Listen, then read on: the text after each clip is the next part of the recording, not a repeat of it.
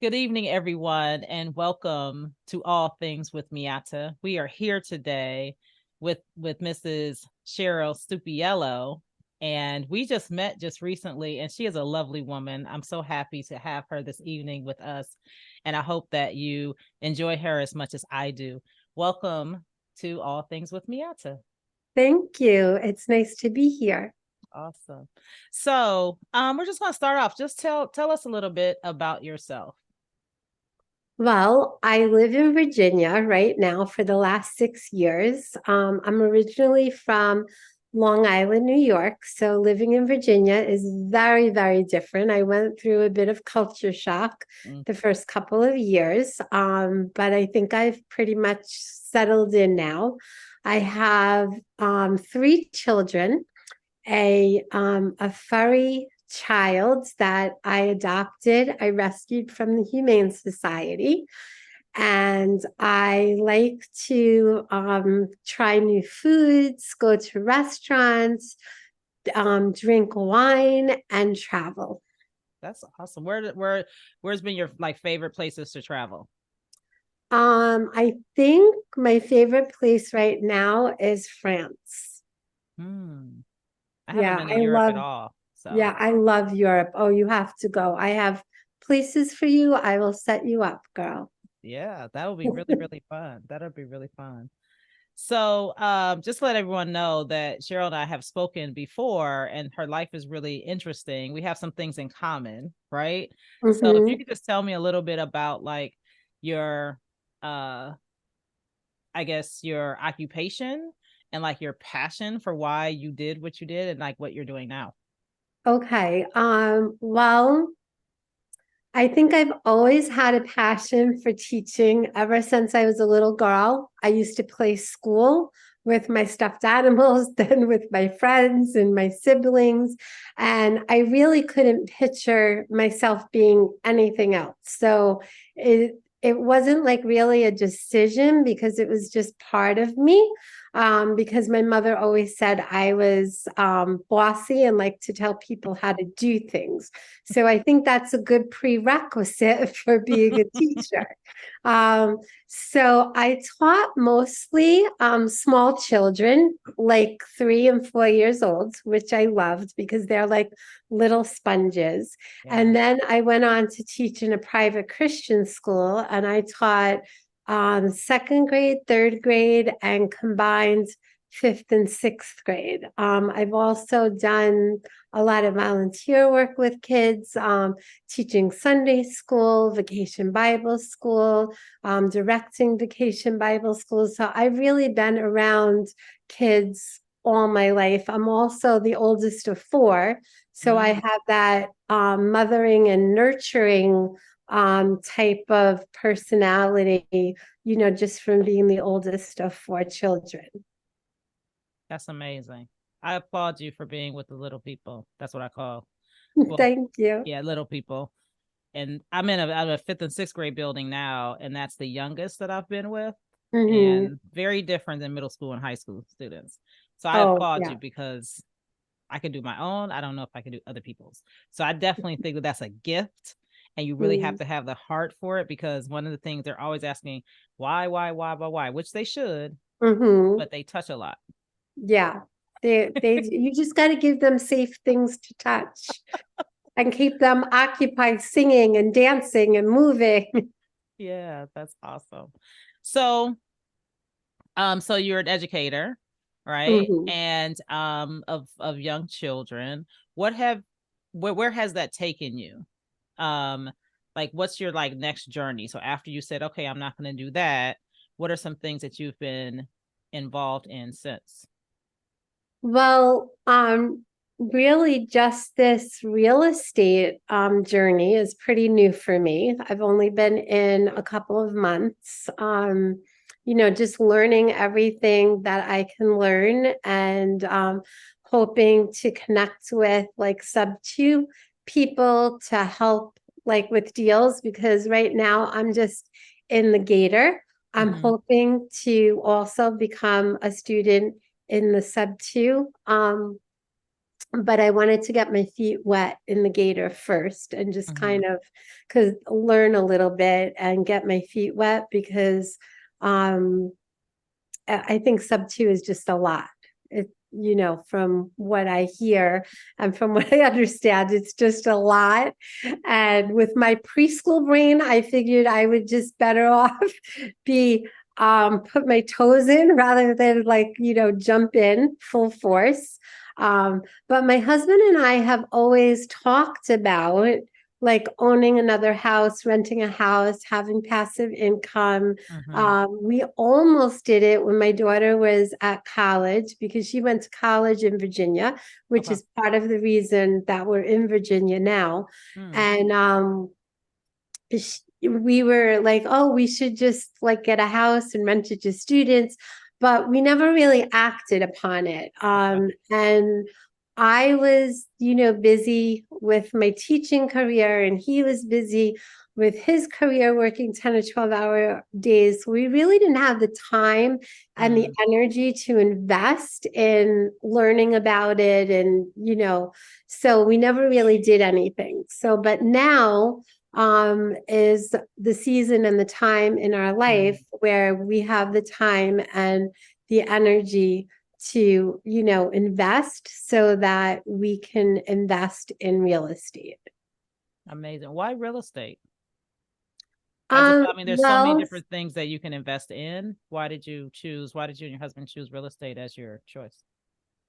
Well, because we thought if we did like a buy and hold, it would be a good passive income. It wouldn't be like a lot of work. Although it's work. I mean, nothing is free, but Right. it wouldn't be once we got established, it wouldn't be taking away from the things that we want to do. It would be a vehicle that would enable us to travel more, Mm. and see more of the world. He- my husband invests in like stocks and bonds, and kind of that's his thing, but Mm. I can't really wrap my head around that. And for me, it's like a constant roller coaster ride. And although I like roller coasters, that type of roller coaster, You I might don't not. think I'd want to ride. Um, so I just heard a lot and have, I read, actually, it started when I read this book called Rich Dad, Poor Dad. And Fabulous book. yeah, and I'm like, I can do this, I just felt like it was something I could do. Like other stuff, I just I don't know. I felt intimidated by, but Mm. real estate just was interesting to me. A lot to learn, but and challenging, but Yeah. interesting at the same time. Yeah. So I guess that's why. That's why. So you mentioned Rich Dad Poor Dad, which is Hmm. like the book that most people read and they go like, "Oh, what?" Like it's like the aha moment. Yeah. And it's a Yeah. simple read. Like they're complex topics in there, but he writes it in a way that's understandable. It Yeah, makes you really like definitely. evaluate your life. Like, Hmm. what am I doing? Why am I doing this? Right? What are Yeah. some things that in that book, or one thing in that book, other than just like you should be doing real estate, right? That kind of hit you or resonated with you the most. I think one of the things that resonated with me the most is how the mindset Mm. of the middle class is so different than the mindset of the wealthy, and Mm. how we first have to switch our mindset and start thinking differently. Because if you don't think different, you're not going to act different. Mm. And for me, a lot of it was just a shift in mindset, not saying I can't afford or I don't have the money, Mm. finding saying instead, well, how am I going to get the money? How am I going to Mm. afford this? How am I going to do this? Yeah. And for me, that was pivotal. Mm. And that's why when I saw Pace, I'm like, you know what? I can do this. I'm not going to limit myself. Wow. That's amazing. That's amazing. Mindset is everything. Yeah. Mindset is everything. I interviewed someone yesterday who has on her Instagram, her name is Jade Vaughn. I'm not sure if you've met her or seen her as part of the Not community. yet. And on her Instagram, she had proximity is power. Mm. And I was like, and I asked her like what that meant to her, right? Proximity is power.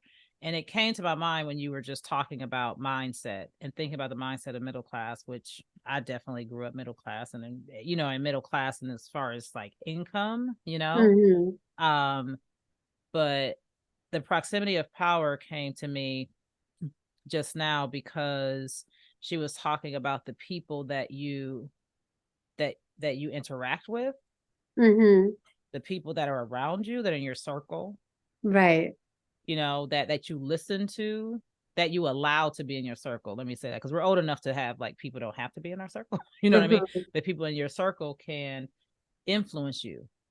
And that power could be negative or that power could be positive.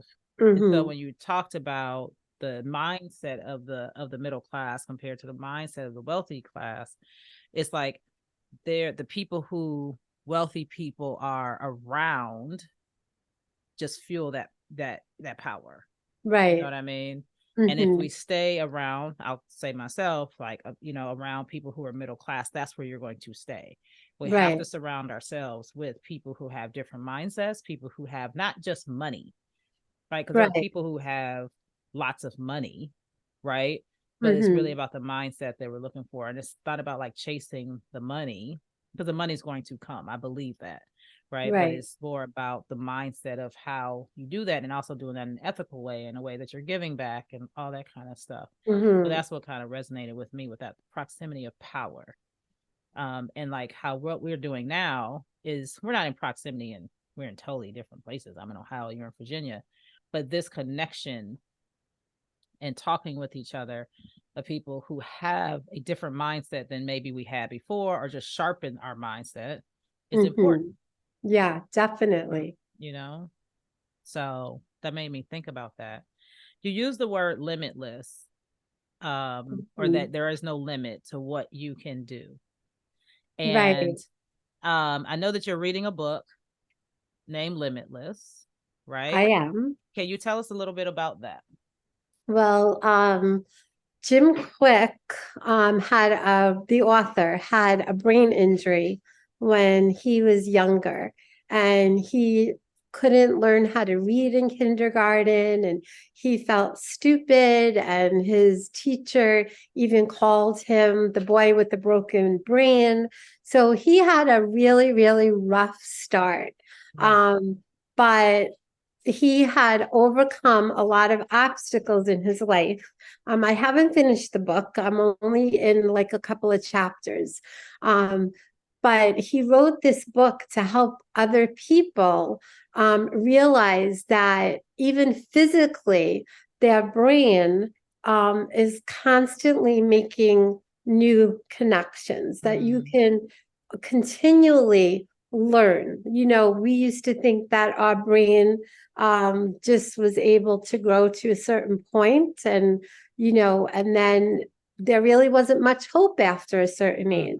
mhm, But we're learning now that, our brain has a lot of capability that we don't know how to tap into. And I think mm, as I read the book, mm, he's going to speak to that and give his readers like concrete things that they can apply to their own lives so that they can have that limitless mm. mindset. Limitless mindset.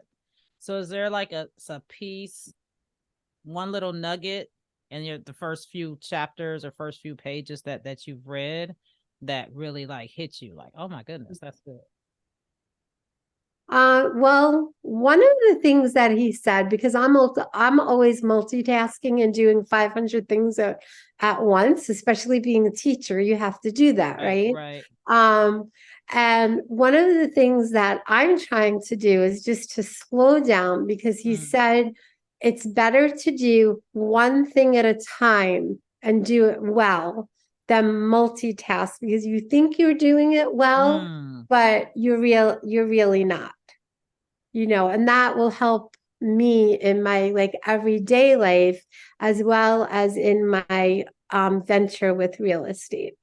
that's good. That's Yeah, there's a lot of good stuff in this book. You should read it. I am going to read it. I'm going to read it.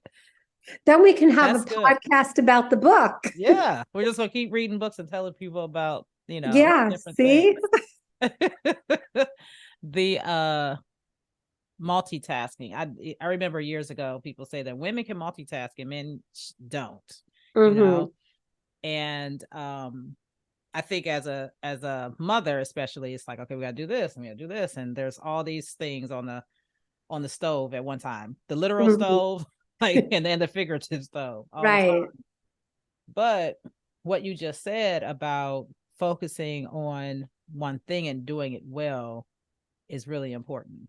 There Mm-hmm. are people who are like a jack of all trades, but you know what they say, a master of none. That's Mm-hmm. not what we want to be. Yeah, no. That's not what we want to be. Um, because then it probably is like you're just spinning your wheels, Right. and then you're Yeah. like, what did I accomplish? Mm-hmm. You know. So thinking about your one thing, there's a book called The One Thing too that I actually have at Oh, home. I haven't that started sounds it. It's interesting. called The One Thing. It's kind of in the I'll same have way to that read that one. it's called The One Thing. I have it at home, but I haven't opened it up yet. Um, is in your ventures with real estate. Right now, you said you're in Gator, right? And Mm-hmm. that's um, lending money to people so that they can actually get deals done, right? Mm-hmm. And that's phenomenal. And ultimately, what is your like ultimate dream as far as real estate investing? I heard that, so that you can travel and all that, but what Uh-huh. types of Well, properties are you looking for? ultimately, I don't know Ultimate. how long this is going to take. I'm hoping I could do this like in a couple of years, Okay. which I know is probably ambitious. But ultimately, I would like to be able to invest in multifamily and short-term rental as well as long-term rentals. Um, and generate enough income so that between the passive income, the social security that we'll get, my husband's retirement, and everything that we will be living as comfortably or more comfortably than we are now. Gotcha. So that, and Beautiful. also not just to live comfortably for us, but to be able to leave those things to my Mm, children when we pass, and to build that generational wealth. So my granddaughter will grow up in a totally different yeah. environment than I grew up in or my kids grew up in. I don't want them to have to be so concerned Mm, about making ends meet. So one of the things that I would ultimately like to do is be successful at this so that I can mhm. teach my children, Yeah. my grandchildren, and then I would love to do a course Mm, for like even little children, like starting in like pre-K kindergarten, mm, and because we teach them everything else in school, the reading, the writing, the science, but we don't teach them about money. we don't. And I mean, except like how to count it, Right. but we don't teach them the value of it or what it can do, what you can do with it. And they can learn those concepts Yes. even at a very young age, Yes. starting at 4 and 5 years old. So I would ultimately once I'm successful in this, to make some sort of course or game or workbook or Mm, something that would be able to teach the upcoming generation financial literacy, because it's just non-existent in schools. Yeah, especially that young. I know Yeah, some places they're mandating that there has to be financial literacy in high school. Some are a little bit younger than high school, but the quality of it might not be what we would think was is adequate enough, even just right, average. right. Because when we look at the generation coming out or the children coming out of high school, they're still not, where we would want them to be, right? Right. We weren't where we would wanted us to be at that time, Right, you know. exactly. Um, there was a sixth grader last year said, "Why don't we learn about money?" And he was Hmm. upset. He was like, "Why are we learning about money?" They want to learn. Yeah, They want to learn, and their parents may not know how, right. they may not know, but how it would be awesome for the children to be able to like teach their parents things, and not like, oh, let me teach this thing, but in their conversation, they will spark some things in their parents that would be awesome. It'd just be a different society at that point. Yeah, yeah, You it know? would be. It would really change society as a whole. Mhm. Absolutely. Well, I encourage you to do that. Not even like when you're like, oh, I'm comfortable. But, I'm praying that at some point in the near future, you can get that, started. You have the Hmm. mind to like, I mean, you're thinking about what you want. You can start off really small, just with your granddaughter. Yeah, yeah, that's true. And then Yeah. when I And see teach what her, works. yeah, Right. yeah, definitely. So as you're creating, she's your student. Hmm. And then how old is she's 2, right? No, She's she's 4.5. 4.5. Oh, it's the perfect age. Yeah, Yeah.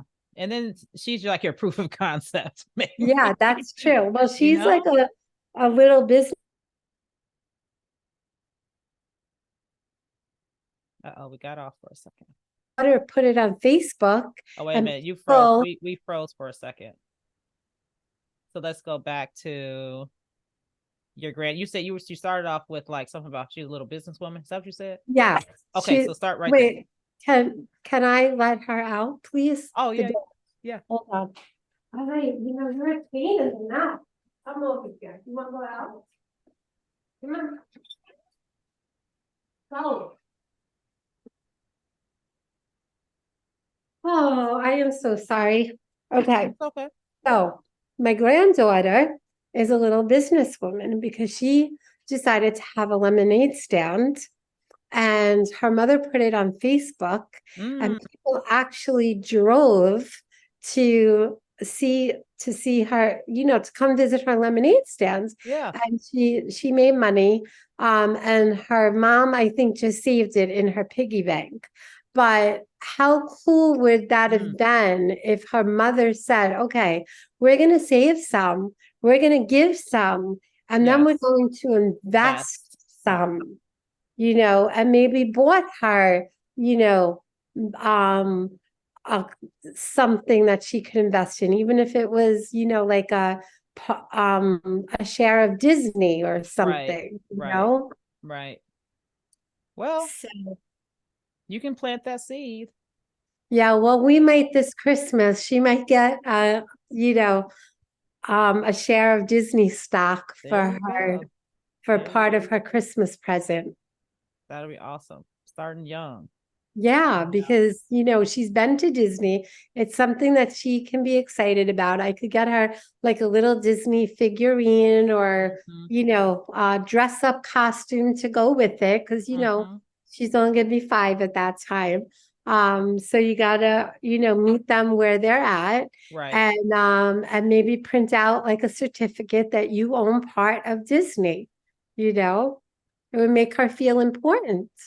See how this is coming alive, Yeah, right? well, then you'll have to help me. That's all. I'm good at that. Like I'm good at ideas. Like or taking something like, oh, what if you did something with that? We can do Yeah. that. That's So, exciting. That's exciting. Because your granddaughter's going to get older really, really fast. oh yeah. And this real estate journey is going to be it's so long. So I'm going to get her started early. Hmm. So you can start your book or the game. Like I love the idea of the game. Yeah. So like you talked about Robert Kiyosaki, he has a cash flow game, Hmm. right? Like, and I know they have like a child, like a Well, they do, cash but flow they don't gym. have They like a don't have a little preschool person, kindergarten version. right? Look at see, look at that. Look at that. You can do it. I Well, let just me need a few more hours in the day. Can you just talk to God and just tell him I need Father 32 God. hours in the day? I will do that. I'll pray for that. Okay, thanks. So last thing, if you could just tell us three words of encouragement for anyone who is just starting out on this journey, um, for them to like keep going. 3 words of Um, do I have to limit it to words or can it be it could be phrases? phrases, words or Okay. phrases. Um, I would just, well, the first word I would say is persevere. Like, don't give up. Just keep persevering. Even when you want to give up, just talk to yourself and, you know, keep telling yourself that you can, you can, you can. It's like the little engine that could. I think I can, I think I can, I think I Yeah, can. And he did, yeah. you know. So just, you know, the perseverance, like a stubbornness. You almost have to be, Mm, you have to be like stubbornly persevering to be successful that's good. because everything is going to come against you, That's you good. know. That's the And you truth. have to let that strength inside you rise up and, you know, be stubborn about it and say, I'm going to persevere. That's good. Um, so that would be the first one. The second one would be that I am enough.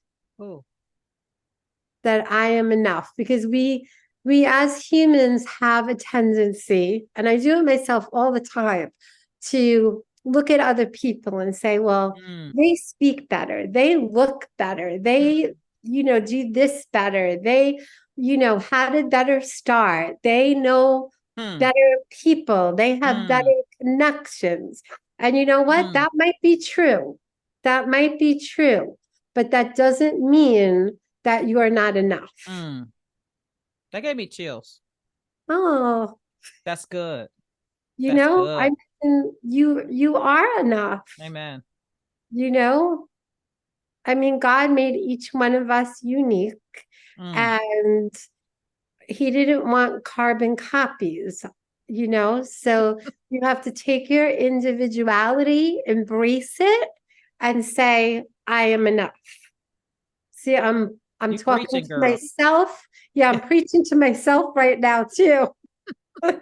Um, That's so I good. am gonna persevere and I guess don't be afraid to fail Mm, because failing is part of learning. And if no one ever failed, then we wouldn't mm, have all the great inventions and things that we have today. You know, a lot of people don't get it right the right. first time. You know, Right. Robert Kawasaki said that you always hear that 9 out of 10 businesses fail. And yeah, that's true. Statistically, that's true. But he said, but the way I look at it is if I failed 5 or 6 times, then I only have to fail like what, 3 more times, and then I'll get it right. And then I'm all good. Yeah, I mean Yeah. it's gotta, you know, you Mm, gotta get it right if you just keep trying. that's good. Well, That's good, Miss Cheryl. I mean, that like you got me. You got well, I that's hope that good. that was encouraging for everyone Very listening. encouraging. Very, very encouraging. I thank you so much.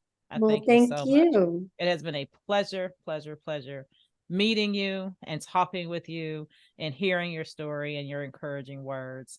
You're an awesome woman. I can't wait to see all the things that you're going to do. All the people that you're going to help and influence. Because your spirit is so sweet and your words are very powerful. Oh, thank And you. yeah, and I'm so glad that I've met you and that I'm going to get to continue to know you. So thank you so much for this evening. Well, thank you for having me. So thank you so much for watching this evening on All Things with Miata. We will see you soon. Bye bye.